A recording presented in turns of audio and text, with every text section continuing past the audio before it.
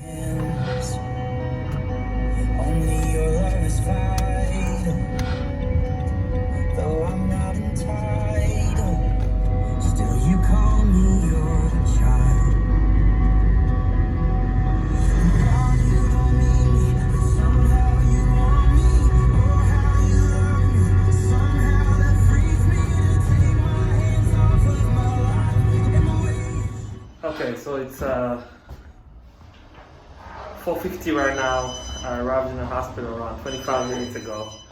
I'm walking downstairs to the resident room where I'm expected to get sign out from the nighttime intern.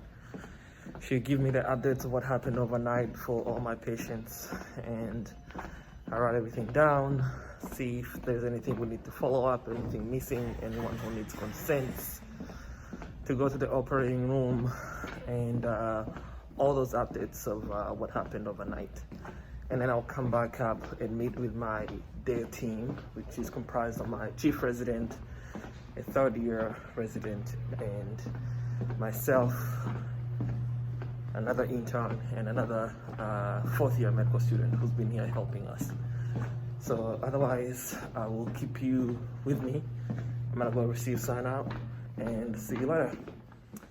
So I just finished my sign out, which is basically getting all the overnight events from the nighttime intern. She gave me what happened overnight, and I'm going to write everything down here, come down to my computer and go through, see if there's any labs that came in, and take a look at the patients and myself.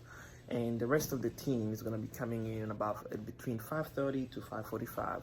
We'll running the list, go through and tell them exactly what happened overnight.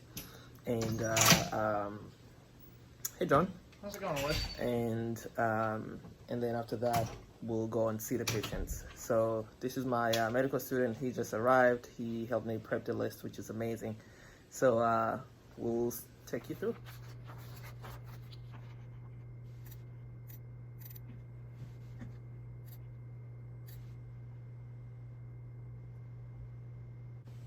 Okay, so this is 7:30 in the morning, and I just finished a couple things on my list. I ran the list this morning with a nighttime intern. I signed out to run the list with my team, reviewed the chart for pretty much every single patient on my list.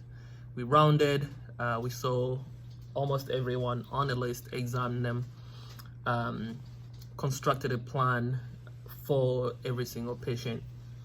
We just had morning report with all the SCS, trauma, and CQ attendings. We saw pretty much every single imaging that needed to be reviewed by the attendings. And right now, as we speak, I am back into my workroom, and I'm going to get started with my progress note for each patient that I saw today. I am quickly eating something, as you can see, having a little bit of drink and some eggs and the sausage link. That should carry me for the next about 6, 7, or even 8 hours. But otherwise, I will take you through the day as things evolve. Ciao, ciao. Okay, so what a day. What a day, my friends. It's been, right now, it's 1:30 p.m. So much have happened since this morning. Oh my goodness. This is my pager going off. Okay, so I'll take care of this in a moment. So, yeah. Since the last time I talked to you guys, I was in the middle of writing my notes. A couple of patients had things to do, wound vac changes. These are like pressure, negative pressure, suction to some of the wounds, non-healing, or they can be really in difficult position to actually have a healthy process of healing, and we may just put like a wound vac to suction some of the gunky stuff out and also expedite the healing process of these wounds. So we place those depends on the patient, but typically every 48 to 72 hours. So I had to do about 3 of those today, back to back. And then I feel some of them are very challenging too. It can take up to 30 minutes to change one. And then shortly after that, I had to go to the operating room with one of the surgeons here. The case was about another process actually of sacrodecubitus wound, wound vac placement and debridement, so which was also a success. It went well. It's always an exciting time for an intern like myself to go to the operating room, because typically we take care of the floor patients. Make sure every single page is answered.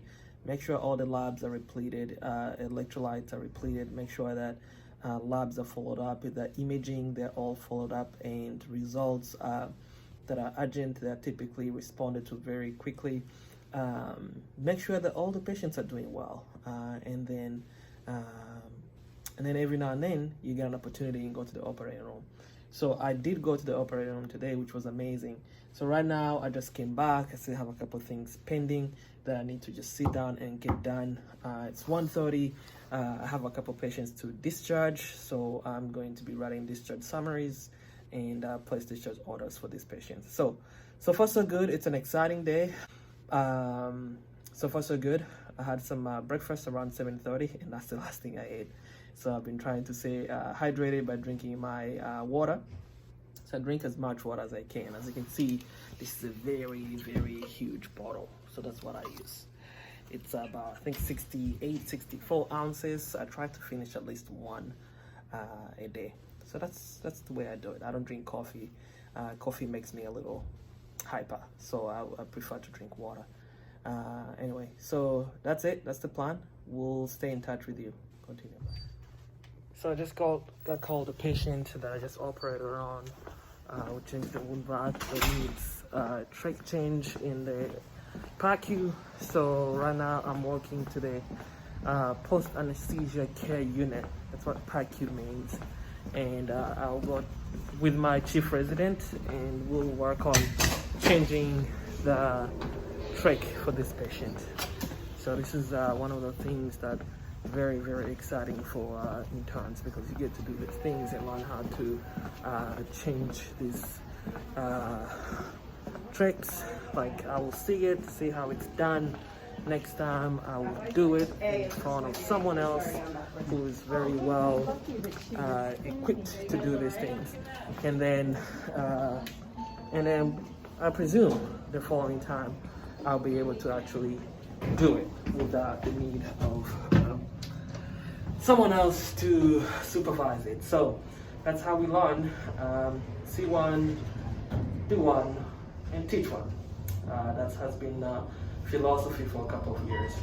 So right now I'm walking down to the PACU, and we'll change that together and then move forward. This is 3:45, and I just came back from the operating room. I did an interesting case, typically for interns as well. This was a case about a gentleman. Obviously, all the things I'm talking about here abides by HIPAA, and there's no patient information or identification that will be shared here. Just the case. He was a gentleman who has been using chronic narcotics and IV drug abuser, not IV, actually, snoring and all that, heroin. And he's been doing it for a long time. And what this typically does for you patient actually get really, really constipated. But this guy was constipated even way beyond. He had poop,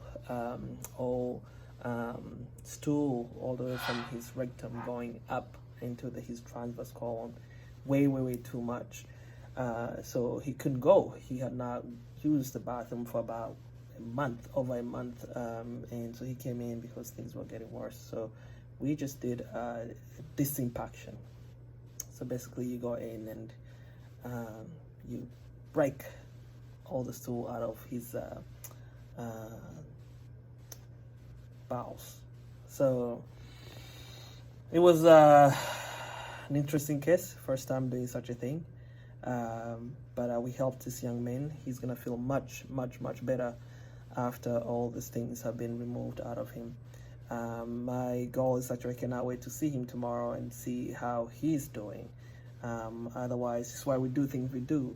you get to help people, and you instantly see the work of your hands and your help to the patient. So that's why I love to do what I'm doing. So this is right now, like I said, it's 3:45. I'm just gonna go and write an up note and check up on the floor and see what work is pending and needs to be done, and continue to do that. Okay, I am just now getting off the hospital. Couldn't wait to take this mask off. It's been a long day with the mask. So, heading home. It's been a very long from 4:45 to 6:45. That's 14 hours of work today. And exhausted by not getting home. I cannot wait to get home and just relax a little bit. But one other thing I have to say about residency is you work so hard that you actually forget to eat. I had breakfast this morning around 7:30, I believe, and that's the last thing I ate. As we speak, it's 6:45, and I'm just now getting into my car to get ready to drive and go home and get to enjoy my lunch at 7 p.m. which is basically dinner time. Anyway, but that's the whole package, because you get busy and you forget to eat. Not a good thing. Not a good thing at all, because you gotta eat and make sure you're well nourished to actually do your work well. But you forget that and you keep working. But anyways, I'm very, very, very excited to be getting off. Go home, get to see my wife and hug her, after a long day. Anyway, see you guys shortly. It's been real. So, one of the other favorite thing of mine during the day is when I get to drive home and listen to some very nice music and some encouraging words as I drive home, and looking forward to just getting in a house and just pull my head down and relax a little bit, especially after a whole long day. So at the same time, I just get home and reflect on how blessed I am to be able to go to work and to be able to do what I love on a daily basis. It's such a blessing. So it takes me about 15 minutes to get home each way, coming to work in the morning and on my way back home. So I'm always against the traffic, which is nice. So that also helps. Anyway, so that's it. Thank you. But when I got home a little early, and that's around 6, I try to put in at least 30 minutes run. It doesn't usually happen very often, but when it does, it's a rare opportunity for me to go and just burn a little bit energy and burn off the stress and leave everything outside as I run, as I enjoy myself. And for me, really, running and exercising is not just about being physically fit or anything like that. It's really about staying sane and making sure that I do not burn out, making sure that I stay a little active, and it helps. On any given week, I typically have about three running opportunities. So it's a rare occasion, but when I get it, I use it. So this is it. So I'm gonna take a nice shower around 7, relax a little bit, and then 8, I'll be doing some, have some time with my wife, and then do a little bit of reading and preparing for the next day. I will take you with me and I'll show you that. Thank you so much. So this is where I typically sit to study. My wife and I share this desk. We use it for studying, and we have a printer here to print some of the things for work and school, and a refrigerator upstairs for snacks and drinks when we're up here studying. We spend some of the night time here before we go to bed, and this is my this is where I typically sit and relax when I get home. And yeah. Okay, my friends, it's been a very, very long day. I'm finally home and relaxed and taking a deep breath after such a long day. So this is how I typically end my day. I come home, I eat something with my wife. I will introduce you guys to my wife next time in the next video. She had a long day as well. She was in school, and she worked today as well, and she saw lots of clients. She's very, very, very busy and tired. So I will introduce you next time. But right now it's a little over 9, and I'm basically wrapping up my day. I have to get up early in the morning and start my weekend call, which starts at 5 a.m. I want to be in the hospital at 5 a.m. So I need to be getting ready to go to sleep.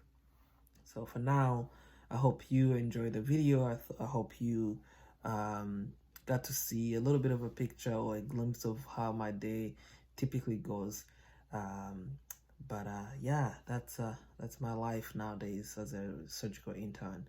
It can be busy, it could be a lot, but it's a lot of fun and so much to enjoy, and to get to spend time most of my day helping others and making other people feel a little bit better, or enlighten their or alleviate some of their suffering is a blessing, is an incredible blessing.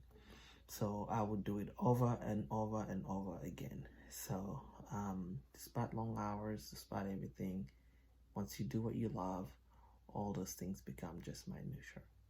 So thank you guys for spending time with me today and watching my videos.